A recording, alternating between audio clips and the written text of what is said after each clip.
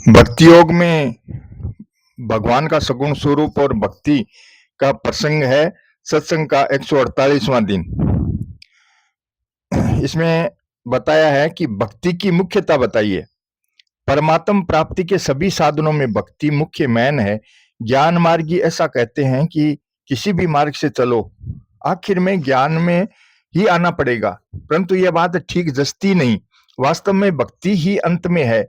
ज्ञान में तो अखंड स्थिर रस है, पर भक्ति में अनंत प्रतिक्षण वर्धमान रस है। रस बढ़ता ही रहता है। भक्ति इतनी व्यापक है कि वह प्रत्येक साधन के आदि में भी है और अंत में भी है। प्रत्येक साधन के आरंभ में पारमार्थिक आकर्षण के रूप में रहती है, क्योंकि परमात्मा में आकर्षण हुए बिना कोई मनुष्य साधन में लग ही नहीं सकता। साधन के आखिर में प्रतिक्षण वर्धमान प्रेम के रूप में भक्ति रहती है। मद भक्ति लभते पराम, क्योंकि इसकी प्राप्ति में ही साधन की पूर्णता है। इसलिए ब्रह्म सूत्र में अन्य सब धर्मों की अपेक्षा भगवत भक्ति विषयक धर्म को श्रेष्ठ बताया गया है। अत सत्य तरजायो लिंग च। गीता में भी अर्जुन ने भगवान से प्रश्न किया कि सगुण और निर्गुण दोनों उपासकों में कौन श्रेष्ठ है, तो भगवान ने उत्तर में सगुण उपासकों को ही श्रेष्ठ बताया। सगुण सगुण कौन से है? जो साक्षात भगवान सामने दिखते हैं, वो सगुण रूप हो गया। और निर्गुण रूप वो हो गया जो जैसे माचिस की तिल तिल डब्बी के अंदर माचिस आग रहती है, पर वो जली हुई नहीं है। उसी प्रकार जो संसार में प्रभु व्याप्त हैं, वो निर्गुण कहलाते हैं। मया वैश्य मनो ये माम नित्य युक्ता उपासते सर्द्या प्रयोपेतास्ते में युक्त तमामता। मेरे में मन को लगाकर नित्य निरंतर मेरे में लगे हुए जो भक्त परम श्रद्धा से युक्त होकर मेरी उपासना करते हैं, वे मेरे मत में सर्वश्रेष्ठ योगी हैं। प्रत्येक साधक को अंत में भक्ति मार्ग में आना ही पड़ेगा, क्योंकि वास्तविक अद्वैत भक्ति में ही है। गीता में आया है, अहंकारम बलम दर्पय कामम क्रोधम परिग्रहम विमुच्य निर्ममम शांतो ब्रह्म भूयाय कल्पते ब्रह्म भूते प्रसन्नात्मा न शोचति न कांडक्षति सम सर्वेषु भूतेषु मद भक्ति लभते पराम भक्त्या माम भी जानाति यावान्यश्चास्मि तत्वतः ततो माम तत्वतो ज्ञात्वा विशते तदंतरम। अहंकार बल द्रप काम क्रोध और परिग्रह का त्याग करके एवं निर्मम तथा शांत होकर साधक ब्रह्म प्राप्ति का पात्र हो जाता है। वह ब्रह्म भूत अवस्था को प्राप्त प्रसन्न मन वाला साधक न तो किसी के लिए दुख करता है और न किसी की इच्छा करता है। ऐसा सारे प्राणियों में समभाव वाला साधक मेरी पराभक्ति को प्राप्त हो जाता है। उस पराभक्ति से मेरे को मैं जितना हूं और जो हूं इसको तत्व से जान लेता है कि मैं क्या हूं, तथा मेरे को तत्व से जानकर फिर तत्काल मेरे में प्रवेश कर जाता है। मैं जितना हूं और जो हूं यावान यश्चास्मि, यह बात सगुण की ही है, क्योंकि यावान तावान निर्गुण में हो सकता ही नहीं, परंतु सगुण में ही हो सकता है। इससे सगुण की विशेषता तथा मुख्यता सिद्ध होती है। ज्ञान मार्ग में तो तत्व से जानना, ज्ञातवा और प्रविष्ट होना, विशते, ये दो ही होते हैं, पर भक्ति मार्ग में भगवान ने तत्व से जानना, ज्ञातुम और प्रविष्ट होना, प्रवेष्टुम के शिवाय अपने दर्शन दृष्टुम की बात भी कही है। भगवान इंद्रियों का विषय न होने पर भी इंद्रियों का विषय बन जाते हैं। यह भगवान की विलक्षण कृपा है। यह विलक्षणता भक्ति में ही है, ज्ञान में नहीं। ज्ञान की प्रधानता होने पर साधक भगवान के निर्गुण रूप को ही जानता है, पर भक्ति की प्रधानता होने पर साधक भगवान के समग्र रूप को जानता है।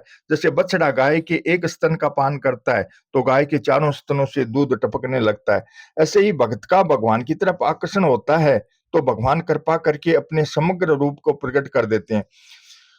भगवान उसके अज्ञान अंधकार को दूर कर देते हैं, उसका उद्धार भी भगवान कर देते हैं। मतलब है कि अनन्य भक्त को अपने उद्धार के लिए कुछ करना नहीं पड़ता। उसको ज्ञान कराने की, उसका उद्धार कराने की जिम्मेवारी भगवान पर आ जाती है। भक्त सब क्रियाएं करते हुए भी सदा भगवान में ही बरतता है, भगवान में ही स्थित रहता है। इतना ही नहीं, भक्त योग भ्रष्ट भी नहीं होता, क्योंकि वह अपने साधन का आश्रय न रखकर भगवान का ही आश्रय रखता है। इसलिए भगवान कहते हैं, सर्व कर्माण्यपि यदा कुर्वाणो मद व्यपाश्रय मत प्रसादाद वापनोति शाश्वतम पदम व्ययम।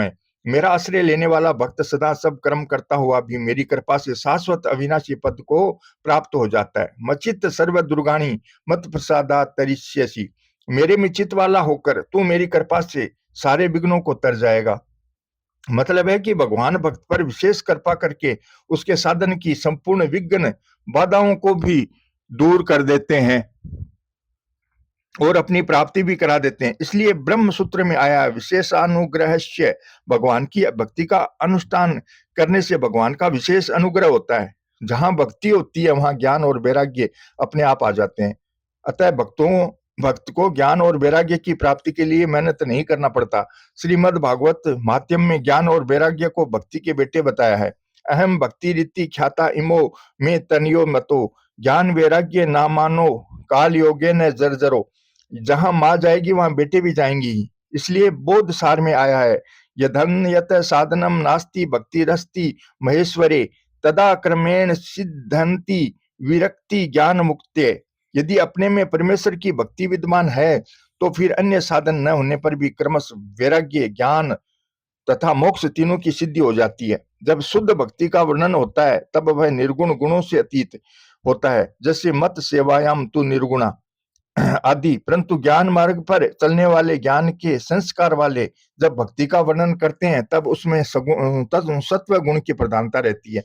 इसलिए ज्ञानी लोग भक्ति प्रेम का जो वर्णन करते हैं वह असली शुद्ध भक्ति का वर्णन नहीं होता, प्रत्युत ज्ञान मिश्रित भक्ति का वर्णन होता है, जो कि विक्षेप दोष को दूर करने वाली होने से ज्ञान का साधन है, प्रेमा भक्ति नहीं। प्रेमा भक्ति तो तत्व ज्ञान से भी आगे की चीज है। ज्ञान मार्ग वाले प्रेम को अंतःकरण की एक वृत्ति, सात्विक भाव मानते हैं, जबकि प्रेम अंतःकरण की वृत्ति है ही नहीं। प्रेम तो स्वयं से होता है, प्रेम में गुण है ही नहीं, जड़ता है ही नहीं। मीराबाई में शुद्ध प्रेम था, इसलिए उनका शरीर भी चिन्मय होकर भगवान के श्री विग्रह में लीन हो गया, क्योंकि भक्ति में जड़ वस्तु रहती ही नहीं, प्रत्युत सब कुछ चिन्मय हो जाता है। गोपियों को भी सब जगह कृष्ण ही कृष्ण दिखते थे, उसके शरीर भी चिन्मय होकर एक तालाब में लीन हो गए। गोपी तलाई जो गोपी तलाई द्वारका नाम से प्रसिद्ध है, उस तालाब की मिट्टी ही गोपी चंदन कहलाती है। ज्ञान मार्ग में तो संसार की स्वतंत्र सत्ता नहीं है, पर भक्ति मार्ग में स्वतंत्र तत्व ही नहीं है, प्रत्युत सब कुछ भगवान ही है। वासुदेव सर्वम। ज्ञान मार्ग वाले मुक्ति को सबसे ऊंची चीज मानते हैं, फिर वे मुक्ति से भी आगे की चीज प्रेम, प्रेमा भक्ति या परा भक्ति को कैसे समझें। मुक्ति में तो अखंड रस है, पर प्रेम में अनंत रस है। प्रेम मुक्ति तत्व ज्ञान स्वरूप बोध आत्म साक्षात्कार केवल्य से भी आगे की चीज है। बोध सार में आया है, द्वैतम मोहाय बोधात प्राप गजाते बोधे मनुष्या, भक्त्यर्थ कल्पितम द्वैत द्वैतादपि सुंदरम। बोध से पहले का द्वैत मोह में डालता है। द्वैत मतलब दो हो जाना, भगवान और मनुष्य दो हो जाने को द्वैत कहते हैं, परंतु बोध हो जाने पर भक्ति के लिए कल्पित द्वैत अद्वैत से भी अधिक सुंदर होता है। अद्वैत भगवान और मैं एक हूं, मेरे में ही भगवान है, वो अद्वैत हो गया। प्रेमा भक्ति तत्व ज्ञान होने के बाद भी हो सकती है और सिद्ध भी हो सकती है। भक्त का भगवान में गाढ़ अपनापन होने से तत्व ज्ञान हुए बिना भी सिद्ध प्रेमा भक्ति प्राप्त हो सकती है। प्रेमा भक्ति प्राप्त होने के बाद भगवत कृपा से अपने आप तत्व ज्ञान हो जाता है। मम दर्शन फल परम अनुपा जीव पाव निज सहज स्वरूपा। भगवान कहते हैं, तेसा सतत युक्तानाम भजनताम प्रीति पूर्वक में ददामी बुद्धि योगम तम येन मामुपयांति ते, तेसा मेवानुकंपार्थ महम ज्ञानजम तमय नास याम यातम भावस्तो ज्ञान दीपेन भास्वता। उस नित्य निरंतर मेरे में लगे हुए और प्रेम पूर्वक मेरा भजन करने वाले भक्त को मैं वह बुद्धि योग देता हूं जिससे उनको मेरी प्राप्ति हो सकती है। उन भक्तों पर कृपा करने के लिए ही उनके स्वरूप में रहने वाला मैं उनके अज्ञान जन्य अंधकार को दीप्यमान ज्ञान रूप दीपक के द्वारा सर्वथा हमेशा नष्ट कर देता हूँ।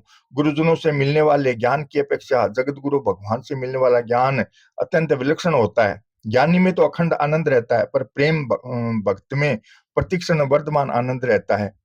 इसलिए भक्त ज्ञानी की तरह शांत एक रस नहीं रहता, प्रत्युत उसमें विभिन्न विलक्षण भावों का उछाल आता रहता है। जिसकी वाणी मेरे नाम गुण और लीला का वर्णन करते करते गदगद हो जाते हैं, जिसका चित्त मेरे रूप गुण प्रभाव और लीलाओं का चिंतन करते करते द्रविड़ित हो जाते हैं, जो बारंबार रोता रहता है, कभी हंसने लग जाता है, कभी लज्जा छोड़कर ऊंचे स्वर से गाने लगता है और नीचे नाचने लग जाता है, ऐसा मेरा भक्त सारे संसार को पवित्र कर देता है। प्रेमा प्रेमी और प्रेमास्पद। हम भगवान में तथा भगवान हमारे में है। एक मार्मिक बात है कि हम वास्तव में जो चाहते हैं वह सदा हमारे में है और हम सदा उसमें हैं। हमारी वास्तविक इच्छाएं तीन हैं। सत्य की इच्छा कि मैं सदा जीता रहूं, कभी मरूं नहीं। चित्त की इच्छा कि मैं सब कुछ जान जाऊं, कभी किसी चीज में अनजान न रहूं। और आनंद की इच्छा कि मैं सदा सुखी रहूं, कभी दुखी न रहूं। ये तीनों ही इच्छाएं सत्य चित्त आनंद स्वरूप परमात्मा की हैं। वे सच्चिदानंद घन परमात्मा सदा हमारे में है और हम सदा उसमें हैं। परंतु हमारे से भूल ये होती है कि हम इन इच्छाओं को उससे पूरी करना चाहते हैं जो हमारे में नहीं है और हम उसमें नहीं है। मतलब है कि हम शरीर से जीना चाहते हैं, बुद्धि से जानकार बनना चाहते हैं और इंद्रियों से सुखी होना चाहते हैं। इस प्रकार हम तीनों इच्छाओं को संसार से पूरी करना चाहते हैं। ये हमारे से गलती होती है, जो कि असत, जड़ और दुख स्वरूप है। इसलिए इच्छाएं पूरी नहीं होती और हम अनादिकाल से दुख पा रहे हैं। चाह तो करे सतचित आनंद की और पूरी करना चाहे असत, जड़, दुख रूप संसार से। कितनी मूर्खता की बात है। शरीर और संसार के निरंतर हमेशा बदलने का अनुभव सबको होता है, पर अपने बदलने का अनुभव कभी किसी को नहीं होता। शरीर बालक से जवान और जवान से बुढ़ा हो जाता है, पर मैं वही हूं, इसमें स्वयं में कोई परिवर्तन नहीं होता। इसलिए हम संसार में नहीं है और संसार हमारे में नहीं है। मतलब है कि संसार हमारे से अलग है और परमात्मा हमें नित्य हमेशा प्राप्त है। जो अलग है उसको प्राप्त मानना और जो नित्य प्राप्त है उसको अलग मानना, इसके समान कोई पाप नहीं है। यो अन्यथा संत मात्मान मयंथा प्रतिपद्यते किम तेन न कृतम पापम चोरेनात्मा पहारिणा। जो अन्य प्रकार का होते हुए भी आत्मा को अन्य प्रकार का मानता है, उस आत्मघाती चोर ने कौन सा पाप नहीं किया, अर्थात उसने सब पाप कर लिए। जो हमारे से अलग है उसकी सेवा करनी है और जो हमारे में है उसको अपना मानना है। ऐसा करने से संसार से मानव व संबंध टूट जाएगा और परमात्मा का वास्तविक संबंध जाग जाएगा। परमात्मा का संबंध जागने के बाद होने वाला प्रेम की प्राप्ति अचिंत्य प्रेम प्राप्ति हो जाएगी, जो मनुष्य जीवन का चरम लक्ष्य है। भगवान अपने हैं। जब तक संसार के साथ अपने संबंध की मान्यता रहती है, तब तक मनुष्य को जो भी वस्तु मिलती है उसको वह अपनी मान लेता है। परंतु जब सत्संग के द्वारा, भजन के द्वारा उसको इस बात का ज्ञान होता है कि संसार मेरा नहीं है, प्रत्युत भगवान ही मेरे हैं, तब उसको अनुभव होता है कि जो भी चीज मिली है वह भगवान की ही है और भगवान से ही मिली है। अतः वस्तु अपनी नहीं है, प्रत्युत उसको देने वाला अपना है। मनुष्य से यह बहुत बड़ी भूल होती है कि वह मिली हुई चीज को तो देखता है, पर उसको देने वाले की तरफ उसकी नजर जाती ही नहीं। वह चीज को तो अपना मानता है, पर उसे देने वाले को अपना मानता ही नहीं। वास्तव में मिली हुई चीज जितनी प्यारी लगती है, उससे ज्यादा भगवान प्यारे लगने चाहिए। मिली हुई चीज, वस्तु से तो प्यार करना, पर उसको देने वाले से प्यार नहीं करना कृतज्ञ बुद्धि है। कृतज्ञ बुद्धि नहीं है, प्रत्युत भोग बुद्धि है। प्रतिक्षण वर्धमान आनंद प्रेम का आस्वादन एक अकेला होने से नहीं होता। एकाकी न रमते। इसलिए प्रेम लीला का आस्वादन करने के लिए भगवान ने मैं एक ही भूत हो जाऊं ऐसा संकल्प किया। सो काम यत बहुश्याम प्रजा ये।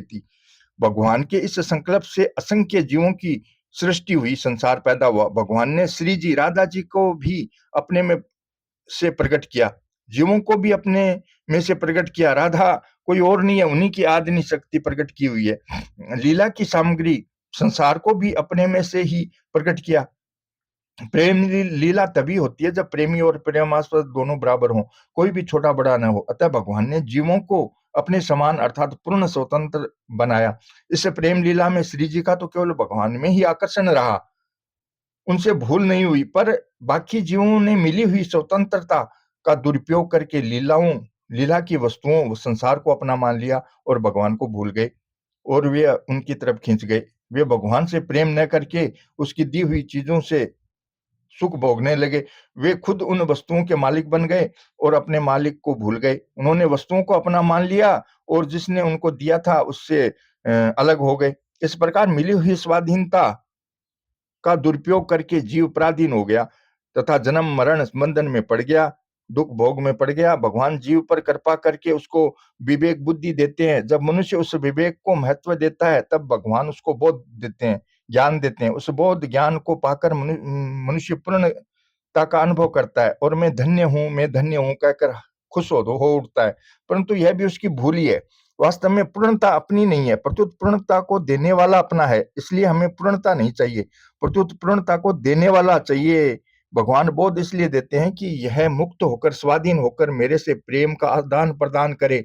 परंतु जब मनुष्य उस ज्ञान में ही संतुष्ट होकर भगवान को भूल जाता है, तब भगवान कृपा करके उसको प्रेम का आस्वादन कराने के लिए उस बोध में भी निरस्ता पैदा कर देते हैं। इसलिए बोधवान मनुष्य को अपने में कभी तो बड़ा आनंद दिखता है और कभी निरस्ता दिखती है, कभी तो पूर्णता दिखती है और कभी कमी दिखती है। मतलब है कि साधक भले ही भगवान को भूल जाए, पर भगवान उसको कभी भूलते नहीं और उनको अपनी तरफ खींचने के लिए चेत कराते रहते हैं। भगवान का ये एक विलक्षण स्वभाव है कि वे कुछ भी देते हैं तो इस ढंग से अपने को छिपा कर देते हैं कि लेने वाले को यह चीज अपनी ही मालूम देती है। कारण कि संसार में देने वाला बड़ा और लेने वाला छोटा माना जाता है, इसलिए भगवान अपने को छिपा कर देते हैं, जिससे अपने में बड़पन भी ना आए और लेने वाले में छोटापन भी ना आए। अतः मिली हुई वस्तु को लेकर अपने में अभिमान नहीं होना चाहिए, प्रत्युत भगवान के प्रति कृतज्ञ बुद्धि होनी चाहिए। जब लेने वाला मिली हुई चीज को अपना न मानकर देने वाले भगवान को अपना मानता है, तब भगवान उसके ऋणी हो जाते हैं और कहने लगते हैं, मैं तो हूँ भक्तन को दास, भगत मेरे मुकुटमणि। भक्त अपने आप को भगवान के अर्पित कर देता है, तो भगवान भी अपने आप को उसके अर्पित कर देते हैं। भक्त भगवान को प्रेम रस देता है और भगवान भक्त को प्रेम रस देते हैं। ये यथा माम प्रपद्यन्ते तांस्तथैव भजाम्यहम्। इस प्रतिक्षण वर्तमान निरंतर बढ़ने वाले प्रेम की लीला में कौन भक्त है और कौन भगवान है, इसका पता नहीं लगता। मुक्ति में तो अखंड रस है, पर इस प्रेम में अनंत रस है।